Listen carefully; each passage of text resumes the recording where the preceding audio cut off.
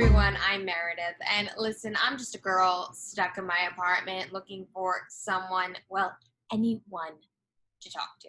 So I found some people, and guess what? We're talking about one of my favorite topics, eating, and it's desserts and sweets, so I hope you're hungry. My guest is Hallie Stoffel. Hallie turned her baking kick, you know how you probably made 3,000 loaves of banana bread? Hallie turned hers into a business, and that business is giving back to the community. And oh yeah, she's only 13. But before Hallie and I start talking, don't forget, like and subscribe to the Let's Talk About It channel below. I don't want you to miss any new episodes or videos that come out, so like and subscribe. Hallie and I will wait. Go ahead, right there. Okay, did you do it? Great. Hallie, welcome. Let's talk about it. Thank you so much for having me. I'm so excited. Thank you. Me too. And I'm hungry, so you'll have to talk up the desserts like enough that I salivate only to a certain point, okay? Or I don't run for my pantry in the middle of the interview. So talk to me. You, like so many people across the country, turned to baking when the quarantine hit to fill time. What was it that you started, getting out the mixing bowls and starting to create these recipes? Well, so my pod, which is my mother, my father, and my brother, and our neighbors who are super close friends, we played cards almost every night for a little over 3 months. So like the first 3 months of quarantine. And I started baking to get people to the table faster, basically. Eventually, it was just, I was baking almost every night, and it was just too much. My dad was about ready to kick me out of the kitchen. What card game were you guys playing? It's called May I. May I? Okay, I'll have to look that one up. And what are your baking specialties? What are your favorite things to whip up? Besides cookies, homemade cinnamon buns, cakes, and pies. Oh my God. All right, give me some examples of the cookies, the cakes, the pies. I gotta hear about them. So the cookies that I make are chocolate chip or confetti or peanut butter or only a raisin, because those ones are like the classic, the good ones. The homemade cinnamon buns I made for the first time probably about a year ago now, and they were an immediate hit. The pies, I make all sorts of pies because my grandma, she also loves baking, and I got into it at first with her. And she lives up in the Catskills for half the time in the summer. And sometimes we would go blueberry picking and make pies out of that. And so I think I definitely developed my love of baking from her. Yeah. And the best pies are probably my mini cornmeal crusted pies. Ooh, and what do you fill them with? That sounds anything you want. They could be apple, they could be mixed, they could be blueberry, they could be strawberry. It really depends on what you want. So did there become a top requested item? The biggest? My mother loves them. My mother loves pies, and she loves them. So how did your quarantine baking kick? You turn this in, and this is what we're going to talk about, to a business. How did that happen?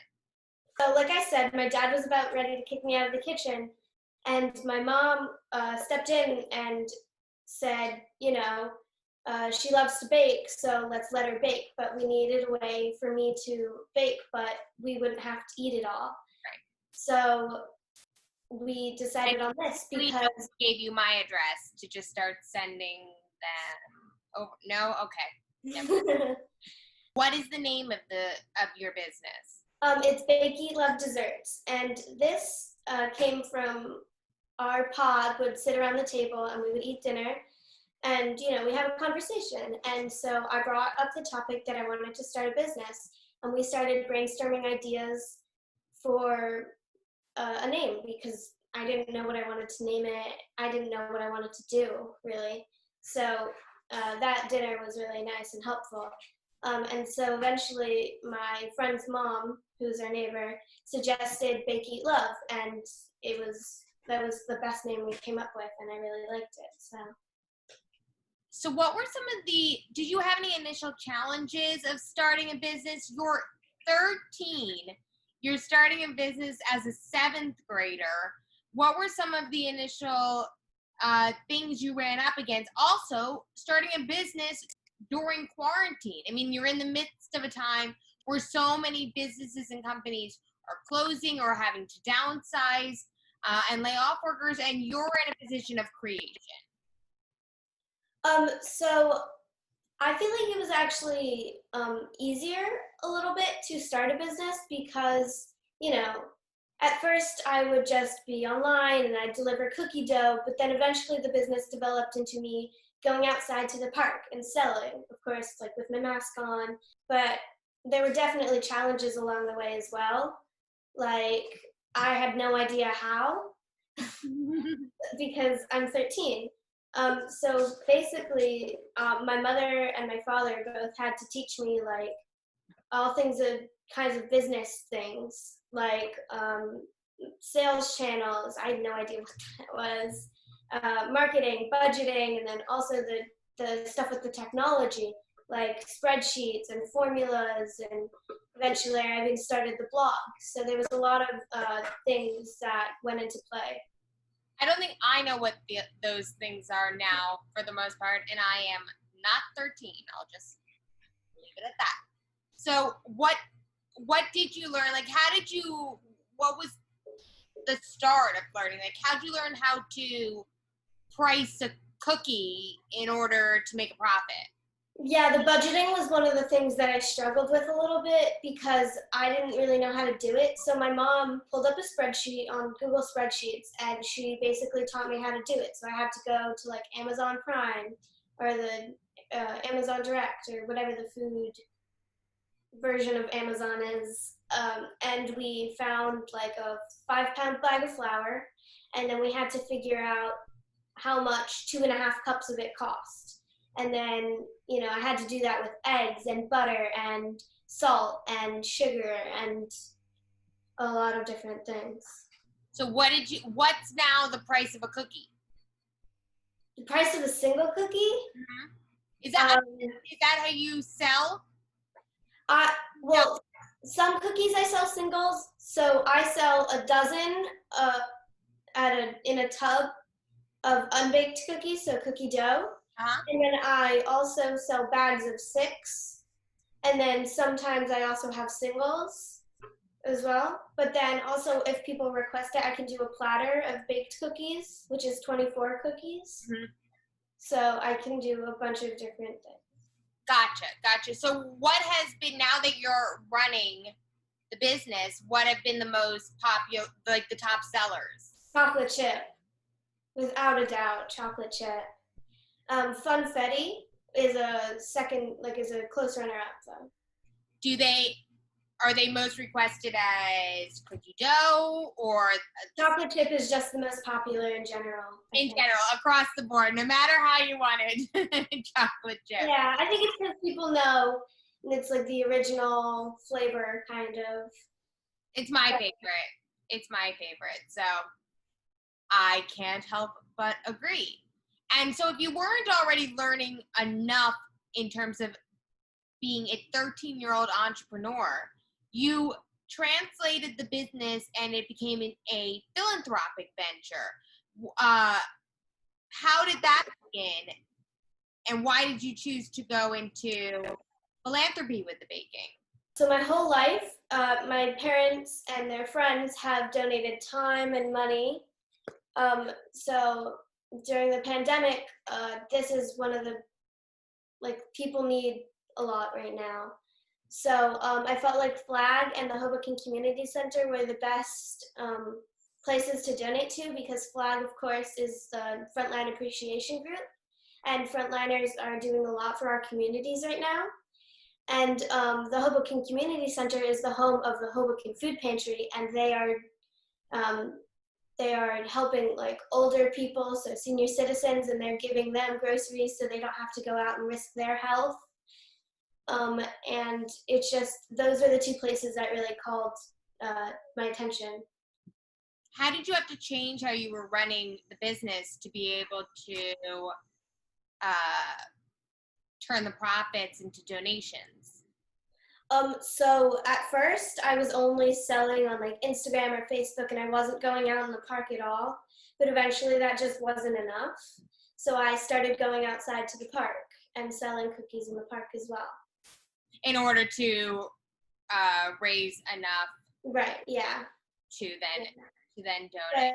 But then I also realized that this is also at the time where I started selling baked cookies more, because I realized that people in the park wanted baked cookies and not cookie dough to eat. That's true.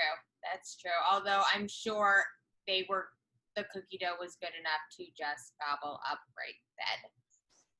Anyway, but I think that thought is probably a wise one. So how much have you raised so far for those organizations? So I'm gonna donate around 10% of my proceeds, which right now is around $80 per organization. And then my parents are also gonna match what I donate, and they're also gonna donate to Flag in the Hoboken Community Center. That's wonderful. Congratulations. Now, school is about to start. Are you going to continue? I mean, at what point in the quarantine you started this during while school was still going, I assume, correct? I started it probably like the idea was born a little before school ended, but when I actually started was it was summer vacation. June, like probably this like late first week or earlier second week of June. Sure. So now are you going to continue as you go back to school? Unfortunately not, because I'm going into 8th grade. So this is a year where I really need to focus on applying to high schools and stuff like that. My mom's friend Mihal is doing babka bailout, and she's going to continue, and so I'm going to sell my dog treats with her throughout the year. Now, tell me what goes into baking dog treats. It's human ingredients, so a human could eat it if they wanted to. And there's no sugar in it, so I wouldn't recommend it, but you can if you want to. So that's a big difference, no sugar. No sugar, yeah. But I had to change the recipe a lot of times because when I was packaging them into bags, the first recipe I had a lot of peanut butter, and peanut butter has a lot of oil. So the oil started leaking into the bags and nobody wanted it. So now I'm using a recipe with less oil and less peanut butter, but the dogs still love them. Did you always make dog treats, or was that a new, venture for you in general with the business? That wasn't a thing that I was going to do originally, but I realized that I made one batch of dog treats because, I'm sorry, I didn't hear you. I was going to say, you realized that dogs loved cookies too. Yeah, so my dad actually had that idea, and I went out and I sold them in the park, and it did pretty well. And then at the CuddlyCon in Elysian Park, Erica Lee invited me to sell dog treats, so I sold dog treats there again. And the dogs, there was like one dog who didn't like the dog treats. That dog doesn't have good taste. Okay, clearly. So unfortunately, you're going to put baking on pause for school. That's important. I'm going to put the business on a pause. I don't know about baking. Oh, okay. So that's what I wanted to ask you. Do you have some recipes that you're looking to create or play around with or try new things when you have time? So I love baking, and obviously I'm going to have some free time, just not enough to run a business. But I'm going to mess around with more cakes and more pies, and I make these great cake balls that everybody loves, and so my parents are now excited because I haven't baked for them in a while. Oh, okay. Maybe that was the plan all along. Put the business on hold because we need the goods now. I think I'm on to them, Allie. I think I'm on to them. We're on to them, yeah. Do you think baking is something you want to pursue professionally one day? I think of it more as a hobby. I don't think I want to be any pastry chef. Even though I love it, I just don't see myself pursuing that career. Yeah. Do you see yourself more in an entrepreneurial position or in a bit? I really don't know. No, I mean, high school is what I'm thinking about right now. that's important. Uh, Yeah. don't be like me and spin out to after high school. You just deal with the high school first. Good planning, Hallie. What do you think starting this business has taught you, both as a home baker and now as a new business owner? What has it taught you about yourself? Well, it's taught me that I might have a little bit of stage fright. When I go outside, sometimes it's hard to like yell cookies or like, so it's definitely I had to have the courage to do that. But also, I love that everybody loves cookies. All kinds of people bought the cookies, so that was really cool. So it was also kind of a social experiment In what way? in the way that, like, I don't know. It was. I kind of had. I thought that only a certain group of people were gonna want the cookies, so that was like young children or couples with babies, like or small children. But it turned out that everybody, a wide range of people, like a lot more than I thought, would wanted the cookies. So that was really cool. Absolutely. I mean, there's no one that doesn't love a sweet treat. I think you tapped the right market, Hallie. Even Yeah, if it was just for this time, you tapped the right market for sure. yeah, I mean, the way to people's heart and secretly their wallets is definitely through their stomach, for sure. I agree. Yeah. Well, Hallie, thank you so much for talking to me. Your business acumen is inspiring and extremely intimidating, and the desserts sound wonderful. I mean, I basically have to end our interview because I'm starving now and maybe need to whip up something for myself. Thank you so much for having me. I'm so glad we could do this. Thank you again, Hallie. We'll talk to you next time. This has been Let's Talk About It.